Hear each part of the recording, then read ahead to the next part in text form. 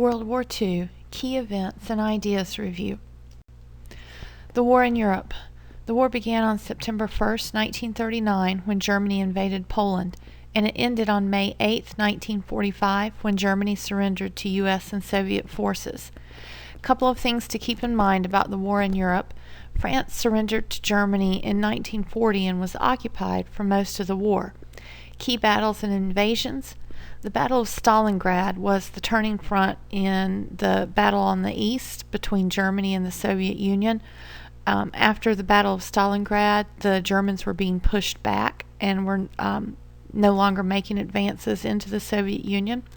The D-Day invasion of France began the liberation of Western Europe. America invaded the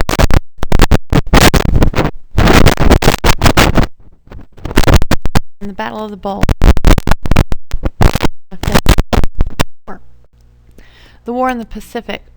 The war began when Japan invaded Manchuria and escalated after the attack on Pearl Harbor. The war ended on September 2nd, 1945, after the U.S. dropped 2 atomic bombs on Japanese cities the previous month, which was August. Key events here would be the Battle of Midway in the Pacific, advance toward the U.S. pushing Japan back. The Battle of Guadalcanal, where the U.S. was able to keep the Japanese from establishing an air base. And then closer to the end of the war, in the spring of 1945, the battles of Iwo Jima and Okinawa, where the United States fought on small islands as they were advancing toward the Japanese mainland. And the strategy that was used by the United States in the Pacific was called the leapfrog strategy. The Japanese controlled so many islands it would have been impossible for the United States to attack every Japanese. So instead, what they did was they picked installations and toward the mainland of Japan. The Holocaust. Hitler's plan to eliminate Jewish people and other groups that he considered inferior led to the deaths of millions of people. As part of this final solution, Jews, Roma, Poles, Russians, communists, labor leaders, as well as the physically and mentally challenged were targeted. The violence significantly increased after an event called Kristallnacht, or the Night of Broken Glass, in 1938, when Nazi gangs targeted Jews and arrested thousands of them. Businesses, places of worship were destroyed. Jews were required to wear yellow stars and were often forced into ghettos until they were deported to concentration camps.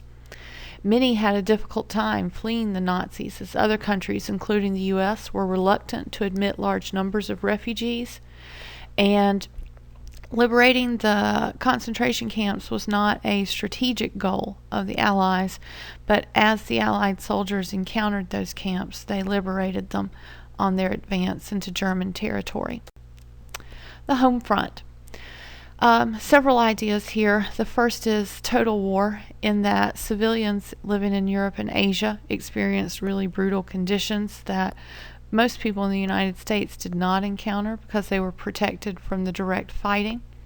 Mobilization. The production shifted to making goods needed for the war effort. So, for example, in the United States, no cars were produced during the period of the war because all of that production was being used to produce jeeps and airplanes for the Army. Rationing, where everyday goods are limited for civilians so that soldiers could have the supplies needed to fight the war. Propaganda. Both sides used posters, advertisements, songs, and movies to promote their message and agenda. And civil rights. During the war, like with World War I, women and African Americans experienced greater opportunities because of the shortage of workers, but other groups, such as the Japanese Americans, were treated unfairly. President Roosevelt allowed Japanese Americans to be rounded up and held in internment or relocation camps for the duration of the war because he was concerned that the Japanese Americans would cooperate with Japan in efforts of sabotage. None of that ever happened, but the Japanese Americans remained in these camps for the duration of the war. Diplomacy and strategy.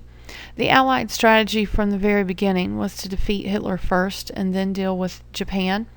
And one of the things that characterizes World War II is a series of wartime conferences where the leaders of the Allied nations, Churchill for the British, Stalin for the Soviet Union, and Roosevelt for the United States, would meet periodically to make decisions about the war. One of the most famous of these meetings was at Yalta in February of 1945, where decisions were made about how Germany would be occupied after the war. The Soviets were asked to enter the war against Japan after the German surrender in Europe. A buffer zone would be established in Eastern Europe between the Soviet Union and Germany, and the structure of the United Nations was discussed.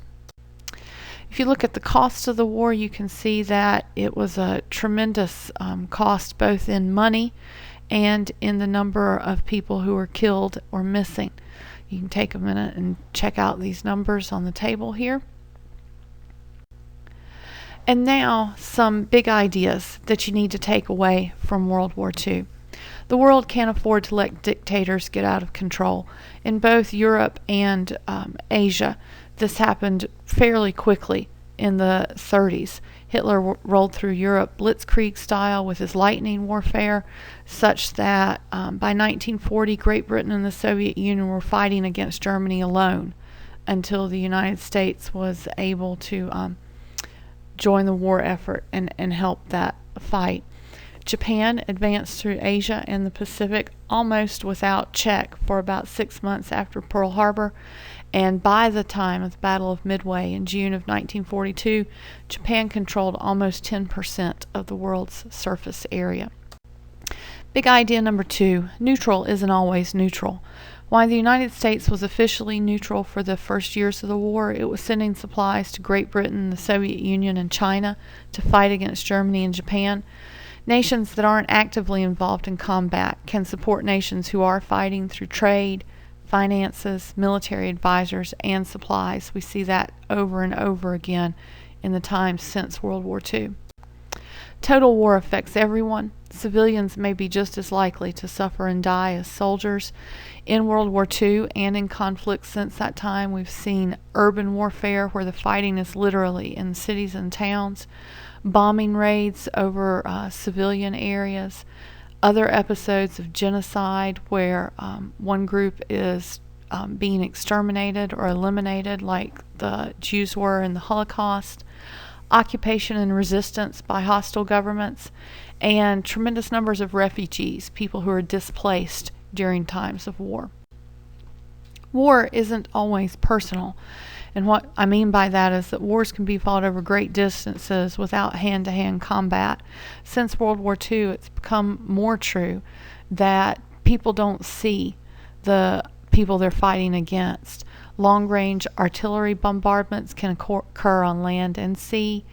Aerial battles and raids using airplanes and other technology, and submarine attacks are all ways that war is fought without hand-to-hand or face-to-face fighting. Allies matter.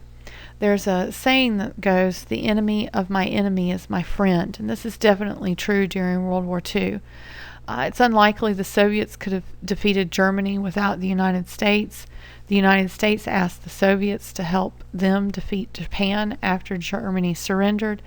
So the Soviets and the Americans were allies during the war, but after the war they're going to be enemies because they have conflicting worldviews. The United States with its capitalist free enterprise view of the world, and Soviets with their communist view. So sometimes war causes people to make strange alliances in terms of their political philosophies. Nuclear weapons are a really big deal. Both Germany and the United States pursued nuclear technology during the war. The U.S. dropped 2 atomic bombs on Japan in August of 1945 over the cities of Hiroshima and Nagasaki. This remains the only use of nuclear weapons in the history of warfare, but still today, countries' nuclear arsenals are a big deal, and the stockpile of weapons and control of those weapons affects relations among a number of countries. When nuclear weapons are an option, the stakes of war are much higher than when only conventional weapons are available. Finally, the lesson that came away from World War I, that we can see a dramatic change after World War II, punishing the losers doesn't work. Post-war priorities were established during World War II before the fighting ever ended, and they included establishing and restoring governments in places where governments had been toppled, war crimes trials and executions for both leadership in Germany and Japan, the occupation and rebuilding of Germany and Japan rather than the destruction of those countries as occurred with Germany and the Treaty of Versailles, and the establishment of the United Nations to keep the peace in the future. The United Nations was a much stronger organization than the League of Nations. This is your World War II review. If you need to rewind or rewatch any of this video, please feel free to do so. Thanks for listening.